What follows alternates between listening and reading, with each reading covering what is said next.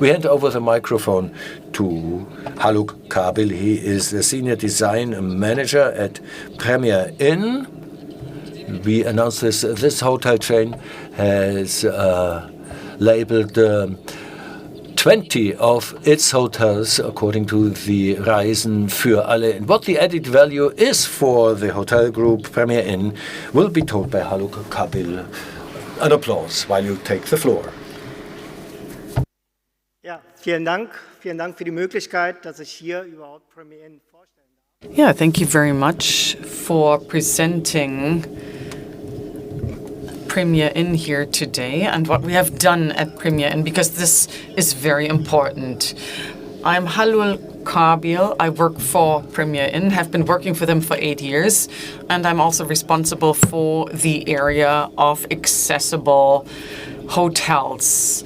And I'm also an architect, so involved in planning.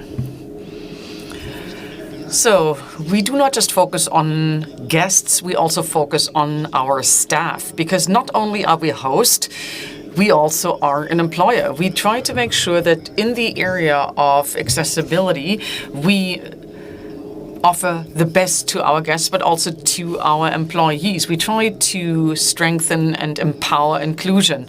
That said, we have quite a few employees working at our hotels that can use these inclusion opportunities.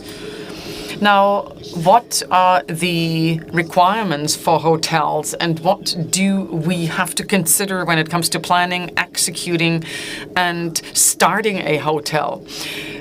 There are 3 main criteria that have to be considered in this context. Everything starts with the accommodation regulation.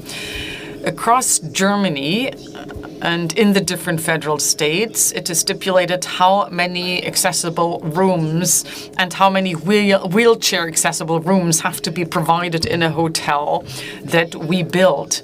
Normally, it is at least 10%, 1% wheelchair accessible, 10% accessible. Of course, this varies between the different federal states. And we, of course, try to make sure that we comply with these regulations and criteria. We do not just do this because we have to, but because we want to. The accommodation regulation is also based on DIN 18040. I'm sure that you know this norm, and it refers to the accessible areas, to the sleeping areas that have to be based on this norm. It is divided into 3 parts that we focus on. First of all, it is the public area of the hotel, the rooms of the hotel, as well as the free areas that surround the hotel. The ASR, last but not least, that's the Accessible Design of Workplaces regulation. It has to be complied with if we employ a person with a physical disability.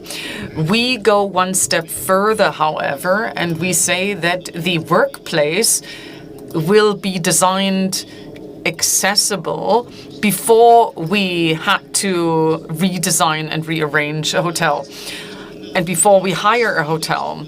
It is, of course, a bit difficult to define the different areas of a hotel.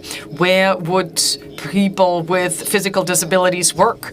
Because this typical workplace, office workplace, does not really exist at a hotel. So you have to focus on the guest. You have to deal with guests. You have to do physical activities. But we do not just talk about physical, but also about mental disabilities and other disabilities that people might have. Now, our rooms are, of course, our USP. We have high-quality rooms. We also provide accessible rooms, wheelchair accessible rooms, and we equip the rooms accordingly. We have learned a lot from the DIN standard. We have learned a lot from Travel for All or Tourism for All. And all these lessons learned, we implement in our rooms, in the room design, to have the respective circulation areas, 150 by 150. Here are a few examples on the right-hand side. You can see a bathroom here, and you can also see a bedroom here. and the circulation area has been complied with, the respective requirement has been complied with. And what is important to us here, and this is what we have to comply with, is that we have no thresholds, that we have basins and that can be used by wheelchair users. We also need emergency call systems. We have to make sure that guests can turn to the reception if there was an accident or if they needed help in the room. Apart from the wheelchair accessible rooms, we also have accessible rooms, and I was referring to them in the context of the accommodation regulation. Here we have to provide specific circulation areas. Requirements are not that low. It's not 150 by 50, but 120 by 120. And here you can see a few examples of bathrooms and of one accessible bedroom of a Premier Inn hotel. What is important here is that we do not change the design. The design and the quality of the room will stay the same. This is also applicable to our standard rooms. We try to make sure that we create contrast-rich surfaces. We work with different colors in the rooms, and all these circulation areas and the passages and all these requirements we comply with. Travel or tourism for all has been mentioned many times already. Thank you very much for that. We are users of this platform and are very grateful for it. We have the possibility as a service provider to share our criteria directly on the platform. This is added value for us, and this is important to us. We want to create more offerings. We want to make more offerings. We want to focus more on supply than on demand, and we want guests to be able to collect information in terms of what can I expect in this very hotel. Because many people have individual needs. Although we have DIN standards and other regulations, individual needs are very, very personal. And collecting this information is, of course, an achievement that Travel for All or Tourism for All provides, and we have the possibility to present ourselves on this platform. There are many different criteria out there, and of course we try to comply with as many criteria as possible. It has just been mentioned that we had 20 hotels certified. Here you can see them, or you can see where they are. As we speak, we have about 70 hotels in Germany that are certified. We try to become better. The more new openings we have, the more hotels we have certified. We at Premier Inn have set our own goals on top of that. When it comes to wheelchair accessibility and people who are walking impaired, we try to get 100% certification. And when it comes to sensual impairments, we try to get partial certifications at least, which is also reflected here on this slide. In some hotels, like in Düsseldorf, for instance, Friedrichstadt, we have full certification for people who are blind. One reason for that is this: the more federal states put up requirements towards building or operations, the higher the requirements to investors. And we are also an investor at Premier Inn. So certain features have to be considered and built. Why have we certified this? We have Braille. We put the Braille into the different hotels. We had to put this on and put this up. Of course, we do this with great pleasure. So we have the Braille in our different hotels. We try to implement this in more hotels. The higher the requirements towards investors, the more investments will be made by investors. And I think that's the right approach. And it's also the right goal when it comes to accessibility. So it basically comes down to a positive requirement. with Travel for All, but also with the employees that work for us, we have collected quite a few experiences and we have a few lessons learned.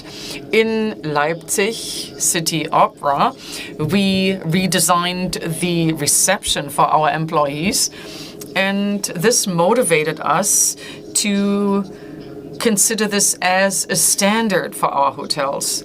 Not only for the employees, but also for guests was this a win-win situation. So we redesigned the reception. You can see that it is wheelchair accessible and also accessible in general. Picture here on the right-hand side. So for 10 to 20% of persons who need accessibility,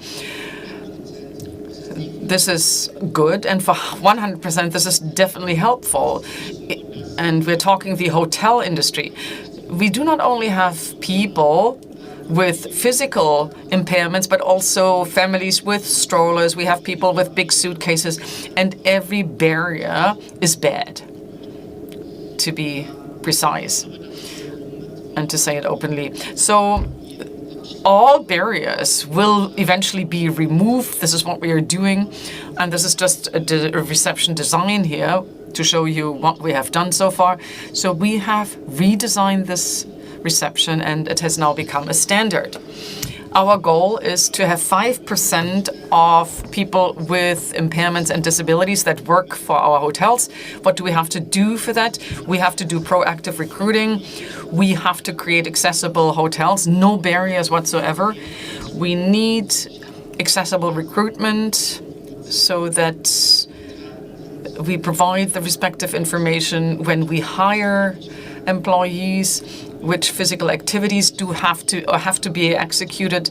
Our HR department, of course, can say more about this, but we are on the right track. We are on the way of setting all of these things up so that it's not just guests benefiting from all these measures, but also our staff. Now, this is my last slide. Diversity is great, inclusion is key. At Premier Inn, we break down barriers. We have brave, strong, and diverse teams. Thank you very much. Thank you, Mr. Kabil. Please stay here, and Ms. Rehn, maybe you can also come back because now it's time for questions. So, ladies and gentlemen, do you have any questions? Microphone is coming.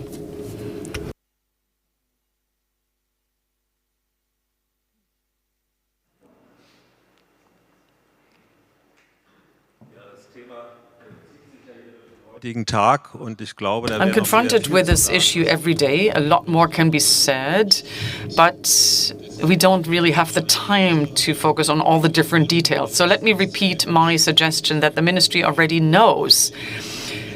After the last conference on this topic was held in July of 2018 in your ministry, we should organize another conference, bringing all stakeholders and experts together so that they can sit down and ask themselves how the system can be designed more future-proof, more efficaciously. We can't do this in 10 minutes to presentation today. We need a separate conference on this. In 2018, it was great, and we should really repeat this and have another conference soon. Thank you. Any further questions? Any questions for Ms. Rehn or Mr. Kabil? The microphone is coming online. No questions there. So I have a question. Mr. Kabil, you are an architect by trade. You are also a specialized planner for accessible building. What are the features of hotels? How did they come about? How did they develop and how were they implemented? Were you facing any challenges at the time when you developed these standards? Yes, of course, we were facing many different challenges because the DIN standard applies to housing and for care facilities, and the hotel focuses on temporary housing for 1 or 2 days. And many requirements of the DIN standards refer to nursing homes, to care facilities, but they are not explicitly defined for care facilities. So that for the hotel business, it is also a relevant standard. We know today that economic viability is a very important criterion when it comes to running and operating and also building a hotel. And on the other hand, we have requirements that are not really applicable to the hotel industry. So I think this is a big challenge. This is a huge gap. There is a gap between hotel stays and long-term housing. And this is actually the biggest challenge.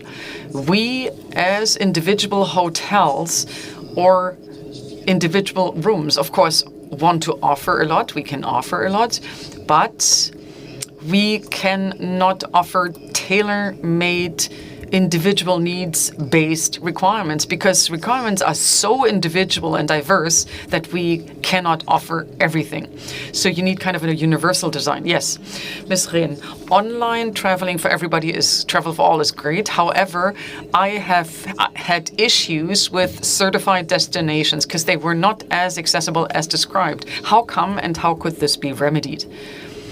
Yes, I would like to ask the person asking this question to contact us directly. This should not happen.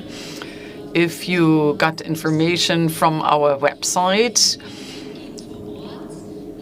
then please let us know if this was not the case. Normally, our inspectors go there, they measure everything, they document everything, they check everything, they take photos, they upload everything to our system, we check this, and per unit there is a photo documentation, and if it says something that doesn't correspond to reality, then please report this to us. We will work on this, but normally this should not work. Thank you very much. There's another online question. Could you please comment on the costs for certification travel for all, for the tourist operators, including the validity of the certification and the cost for repetitive checks? Yeah, the time period is 3 years. Like for all other certifications as well. It is a certification after all. When it comes to costs, it's very difficult to comment on this because they vary from federal state to federal state. Not because we invoice differently, but because we get different grants and subsidies in the different states. So it depends on the operating size. So if you have a Premier Inn, then the price is different than if you have 5 holiday homes or if you are Legoland. Okay, thank you. There is another request for the floor. I come from the Federal Ministry of Economics. We cannot hear you yet. Please wait a moment. It will be set right. Get closer to the microphone, please. Common from the Ministry of Economics. I come here together with my colleagues from the Department for Tourism Industry in reply to Mr. Nowak. The last event did not take place in 2018, but it's an ongoing series. We are in a continuous exchange on the topic of accessibility, especially with Tourism for All. There was a huge working group in the federal initiative Accessibility under the heading of Mr. Bemers. It was then also fed into the reworking of this system. The Advisory Council of the FA, under the leadership of BDKB, has convened, and there are so many organizations and events, and we are happy to follow up on this ongoing dialogue. So let's adjourn to the break for the future dialogue. Online participant, the DIN 18040 is not for the care, but for autonomous living of people with disabilities. Why don't we have so many brochures for accessible hotel travels? I think we have so many materials, both digital and in print.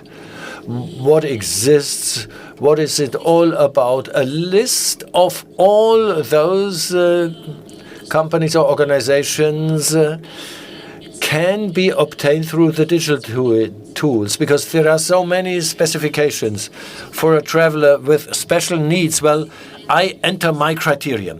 What are my special needs, and all those reports will then be filtered out, and those hotels, because we were talking about hotels or the apartments, hotels that can offer a solution for your specific needs. So on the platform, on the website, Reisen für alle, travel for all, you will find any hotel. You can filter out by hotels. I know many marketing organizations have their own brochures, own folders, however, not with a printed list of the companies because it's too big and it changes all the time. Mr. Kabil, do you work also with companies providing necessary tools and aids? No, we don't. No, we don't. Brief answer. I would like to come back to this room. 18040 Part 2, this DIN standard. Well, it's for your own use. It is designed. Yes, that's true, but here and there you find a very concrete analysis of requirements for movement spaces or for certain minimum distances on the second side of the bed that are close to the ordinary requirements in a hotel or hospitality industry. Any special concepts for children who have a special need and their family members, for example, a family room? Yes, we do have accessible rooms as family rooms. Our basic idea is not only to cater for business travelers. We have also family rooms with 3 beds or 4 beds, depending on the size of the room and depending on the possibility to add yet another bed or a settee. But in effect, we do have also labeled family rooms that are fully accessible. Yes, we do have such a concept. In the north, we have a concept that is labeled.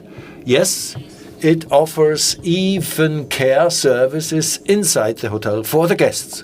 So yes, the offer does exist in Germany. And a last reminder, online, somebody writes, I would love to take this relaunch of the website as a triggering moment for launching also the visibility of this national park, nature reserves, and I can't read on. Wilderness and biospheres, unfortunately, are not so well equipped. Wouldn't it be good to have this labeling? Oh, no, this was the next item. So a quick reminder of the homepage would be good. Thank you, Ms. Rehn. Thank you very much, Mr. Kabil, for talking to us.